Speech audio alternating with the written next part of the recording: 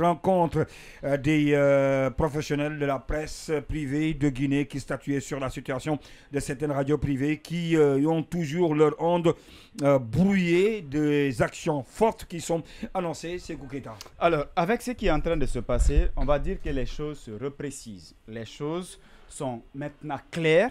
On peut, sans Je pense risque, que ceux qui sont entendus, on ne peut avoir plus clair que ça. Sans risque, ah ben oui, Ouais. Sans risque de se tromper, Oui. il est clair que désormais, la presse est devenue, si vous voulez, un animal à abattre. La presse est devenue, si vous voulez, un adversaire gênant qu'il faut à tout prix stopper dans son élan. C'est ça la vérité. Moi, je pense qu'aujourd'hui, tout ce qu'on est en train de voir, parce que moi j'ai été sidéré de constater hier, à travers la direction technique de Joma Media, que l'on arrive à découvrir que les appareils en question qui sont en train de brouiller les signaux sont installés sur l'immeuble qui abrite l'ARPT. Ah bon? Et vous vous rappelez, lorsqu'il y a eu des démarches auprès de la HAC, avait dit qu'elle aurait demandé à l'ARPT, Oui. qui aurait dit qu'elle était en train de mener, disons, des enquêtes ou de chercher à comprendre.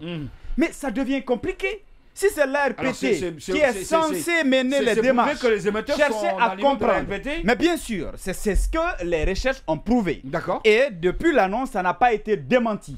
Ce qui veut dire que, premièrement, soit on a roulé même la HAC dans la farine, ou la HAC a accepté de se faire rouler dans la farine en ayant toutes les bonnes informations. Ouais. Parce que si on nous dit, on a saisi la HAC et la HAC est en train de chercher à comprendre ce qui ne va pas, et qu'on découvre que c'est la HAC même qui est à la base de et l'ARPT qui est à la base de tout ça, ça veut dire qu'il y a un sérieux problème. Ça veut dire qu'il y a une crise de confiance et la HAC devrait réagir.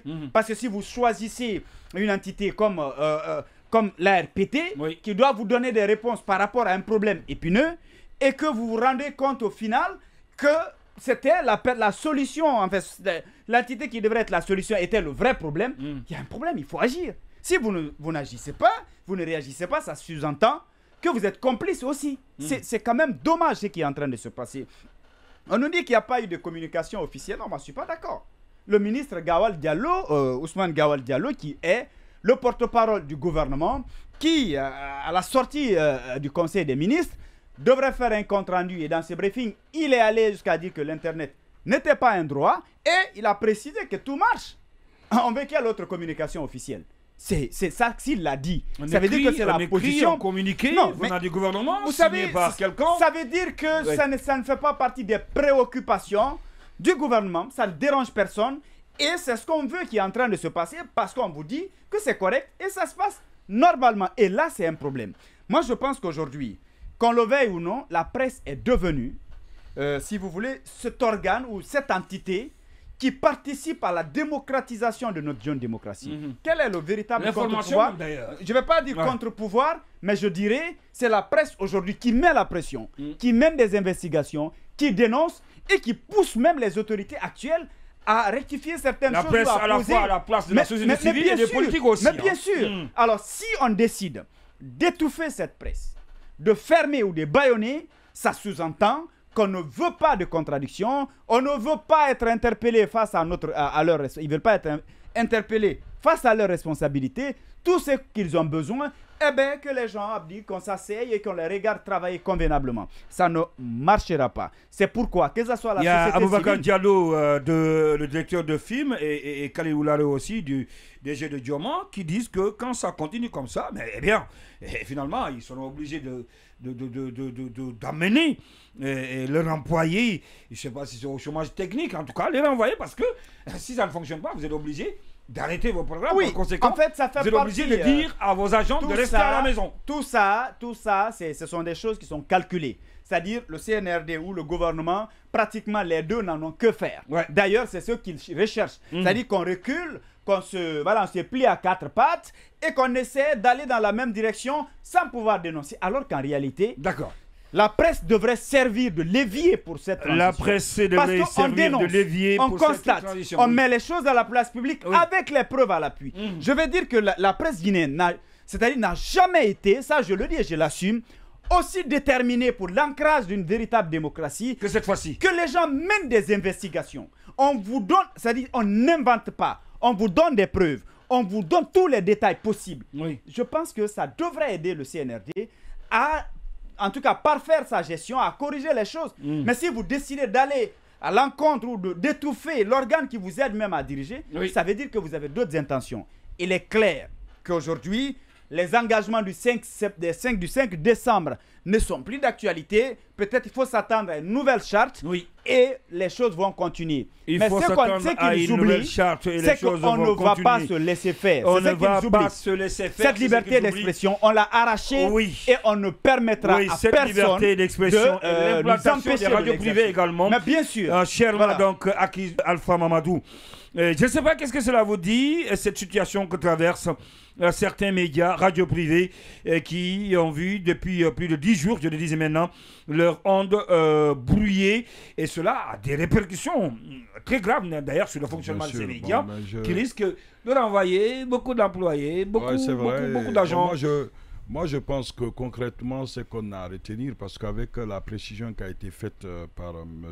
Thierno Bonnet Camara, c'est juste d'ajouter, moi je voudrais seulement ajouter ceci, parce que moi j'ai été sidéré que de par les 2 années passées, il faudrait que les médias aussi acceptent de se remettre en cause pour vraiment regretter pourquoi avoir fait des synergies pour le coup d'État du 5 septembre. Parce que je pense que les médias ne se sont pas assurés en faisant, parce qu'un coup d'État est un acte illégal. Oui, mais ça, il fallait informer. Non, c'est ce que je dis, mais je voudrais simplement rappeler que désormais, pour je pense que c'est la 3e anniversaire du coup d'État qui va se passer le 3e anniversaire. Voilà, le 3e anniversaire qui va se passer le 5 septembre aussi qui va venir, que les médias, quel que soit ce qu'on va faire, qu'ils ne puissent pas décider que des gens ont pris des armes, ils sont braqués contre les institutions pour pouvoir célébrer cela. Normalement, les synergies, ce sont des questions d'intérêt général qui se traitent. Quand il y avait Ebola, quand il y avait Covid, c'était normal. Et quand aujourd'hui la presse elle est menacée, c'est aussi plus normal, puisque normalement, les gens même préfèrent le désordre de la presse que les faits de les entamer, de les entacher dans une situation où elle ne pourra plus s'exprimer. Il faudrait être clair sur cette question-là, que le gouvernement n'est pas au service du peuple. Et c'est que le gouvernement, il faut maintenant globaliser, y compris les institutions telles que la HAC, telles que toutes les autres institutions qui n'arrivent pas à faire des efforts pour au moins dénoncer. Ça, c'est un effort spécial que chacun doit faire profiter. Mais si la presse, elle ne se laisse pas faire, il n'y a aucune chance que le gouvernement puisse les tenir à 4 pattes. Ce n'est pas possible, parce que la presse, c'est le 4e pouvoir et c'est parfois même le premier pouvoir selon ce qu'elle est capable de faire. Donc il faudrait qu'elle monte ses muscles pour dire attention, et c'est ce qu'elle est en train de faire. C'est une bonne chose.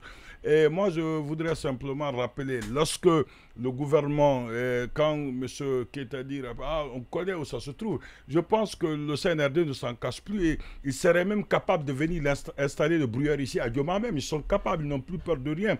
Et aujourd'hui, c'est qu'ils ont pris l'élan démocratique. Ils sont en train de croire, et vous savez que même, vous savez, des déclarations, puisque même à l'entame, j'ai entendu Sékou dire aujourd'hui à l'insécurité, mais déjà, ils ont réglé le problème, puisque une des questions qui va être soulevée pour traîner, y compris celle de la presse, c'est de dire qu'il n'y a pas de sécurité, nous devons rester, et il y a même du terrorisme. On parle du terrorisme. Le procureur, et ça c'est une voie autorisée, il a parlé du terrorisme à Kanka, et des terroristes qui pourraient non menaçants.